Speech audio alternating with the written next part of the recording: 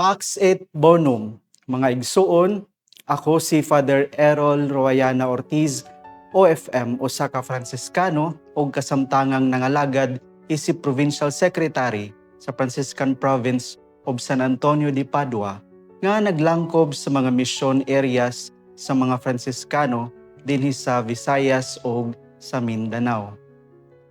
Magdungan kita sa pagpanaw sulod ni ining Semana Santa. Karong tuiga, 2026 atong gisaulog ang ika-800 nga kasumaran sa kamatayon o Transitus ni Saint Francis of Assisi. Kitawag kini og Transitus tungod kay para kang Francisco ang kamatayon dili katapusan kundili paglabang ngadto sa kinabuhi uban sa Dios.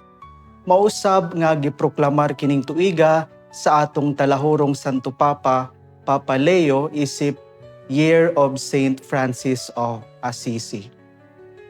Mga igsuon sa Ebanghelyo atong nasayran nga si Jesus atuas sa Betania ug nakigsalo sa iyang mga sa pagkaon kauban si Lazaro ug mga igsuon nga si Marta ug si Maria. Unya si Maria mibubo sa mahalong pahumot sa tiil ni Jesus. Dili lamang gamay kundi ang tanan. Para kang Judas pag-usik-usik kini. Apan para kang Jesus, kini usa ka timaan sa tinuod ug walay pugong nga gugma. Si Maria nakasabot nga si Jesus muhatag sa tanan. Siya muhatag sa iyang kinabuhi alang sa kalibutan. Ug si San Francisco sa iyang kinabuhi misunod niini nga paagi. Iyang gibiyaan ang bahandi, kaharuhay ug kaugalingong plano aron mosunod kang Kristo. Ilabi na diha sa pagpuyo ug sa pagpangalagad sa mga kabus ug mga masakiton. Mga igsuon, kasagaran magkwinta kita sa atong paghigugma. Pilara ang igo hangtod kanus ako mohatag. Unsay mawala kanako. Apan ang mensahe sa Ebanghelyo o sa kinabuhi ni San Francisco mao kini.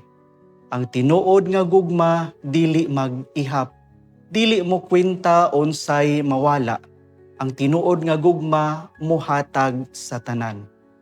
Niining ika-800 nga kasumaran sa kamatayon ni San Francisco, giagda kita sa pagsundog sa iyang kinabuhi. Pagkinabuhi nga simple oryano, mapauli pailubon og puno sa gugma alang sa Dios og isig katawo. Busa mangutana kita, unsay akong pahumot nga angay nakong usik-usikan alang kang Kristo? Andam ba ako mag-usik sa akong panahon, pagpasaylo, pagpangalagad? Kay ang pagkabalaan dili sa kadaghan sa buhat kundi sa paghatag sa tibuok kinabuhi o kasing-kasing. Hinaot nga makabaton kita sa kaisog ni Maria sa Ebanghelyo o sa radikal nga gugma ni San Francisco. Hinaot paunta.